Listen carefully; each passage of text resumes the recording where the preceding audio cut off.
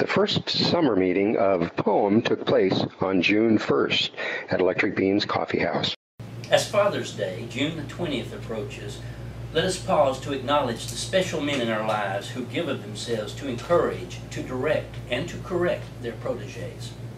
These everyday heroes perpetuate this ancient human ritual, abetted by the rod and the staff of years and experience. In Kahil Gibran's The Prophet, the seer, Al-Mustafa, explains, "You are the bow from which your children, as living arrows, are sent forth."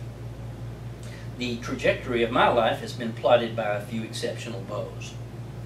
Among these good and decent men are Hilden Baker, U.S. Representative John W. Davis, and Colonel Lester Irwin.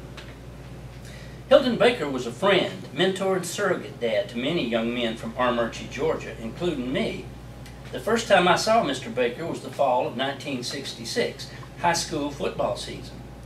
Reserved and silent, he paced the sidelines and assessed the freshman wannabe pigskin gladiators. He was a steadfast anchor throughout my high school years, and this was especially important for me as my father was deployed overseas.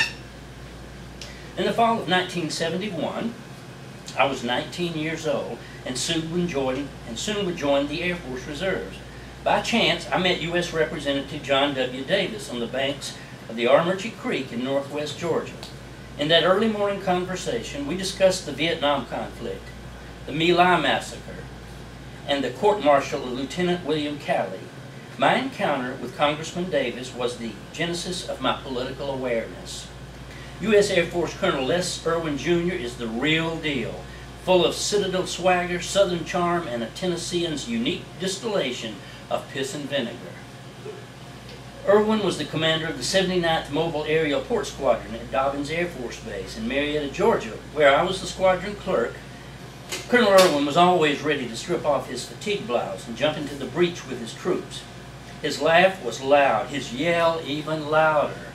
Irwin lived the Air Force motto, aim high, and required his arrows to do likewise. This Father's Day, I urge you to remember not only the father on your birth certificate, but also the men who contributed to your upbringing. This is a friend of mine, who is a massage therapist. And I wrote this after shaking the massage. Her smile will wrap your soul into a package, a decorated spirit. She holds a place inside herself. Trust, faith, and compassion. Her guide and healing tools. A prolific style. A naturalness coated with banners. Acceptance of transitions or transformations. Your expanded self encounters. Love, love, love. The depth of her and all she encounters, physically and spiritually. Her presence flatters your spirit, your inner beauty, showering joy in her sparkling knowledge of youthfulness. Her voice, a language of oneness, an avenue of changing, sharing insights and arranging balance for your body. A re-youthing goddess of remedy. The terminology is youthology. 'Twas brillig, and the slithy toves did gyre and gimble in the wade. All mimsy were the borogoves, and the momraths outgrabe. Beware the jabberwock, my son, the jaws that bite, the claws that catch. Beware the jub-jub bird, and shun the frumious bandersnatch. He took his vorpal blade in hand, long time the maximum foe he sought. So rested he neath a tum-tum tree, and stood a while in thought. And while he stood in uffish thought, the jabberwock with eyes of flame came whiffling through the turgid. She would, and burbled as it came. 1, 2, 1, 2, and through the vorpal blade went snicker-snack.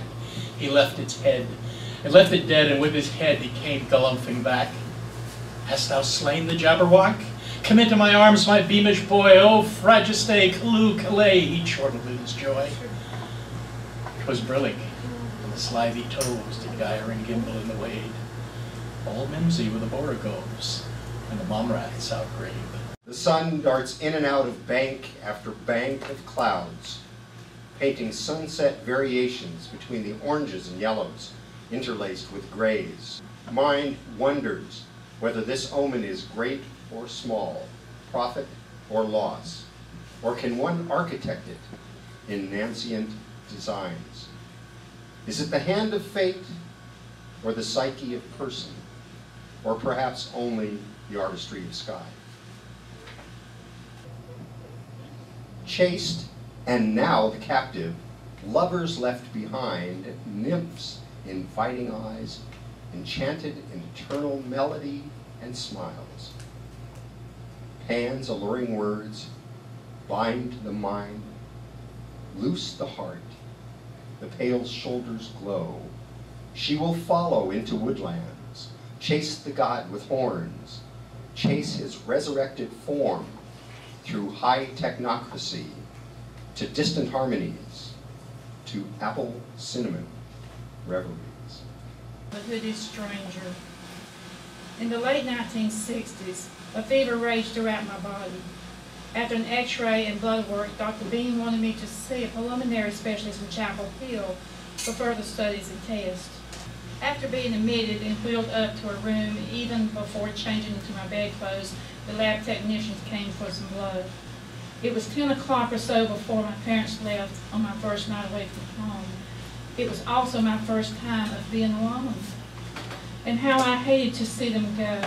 I didn't think I slept at all that night. As I prayed and filled my pillow with tears, I had held back so Daddy wouldn't see his little girl cry. The room was cold and terribly white, and huge lights hung overhead. Then I saw a nurse coming toward me with a long, thin, clear tube. Okay, Jeannette, as I push this tube up the right side of your nose, you take some short swallows of water and don't stop until I tell you so. Do you understand? Yes, ma'am. After several tries, the tubing wouldn't go through. I kept gagging and nearly passed out on one occasion. Then finally the tube successfully entered on the left side of my nose. As the overhead lights faded in and out, I heard a lot of mumbling. What are they doing? I can't breathe. Dear Lord, what am I to do? I can't breathe.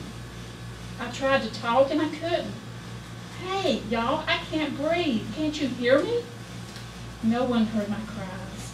As thoughts ran frantically through my mind, then I realized they really can't hear me because they're too busy mumbling to themselves. I've got to get their attention. Oh, dear Lord Jesus, how can I get their attention? Seeing the bottom edge of a coat flapping beside my right hand, dear Lord, please give me strength to yank on that coat. Miraculously, it happened. Oh my God, she's turning blue. We cut off her windpipe. Quick, wiggle the tubing and get the air to her lungs. Now.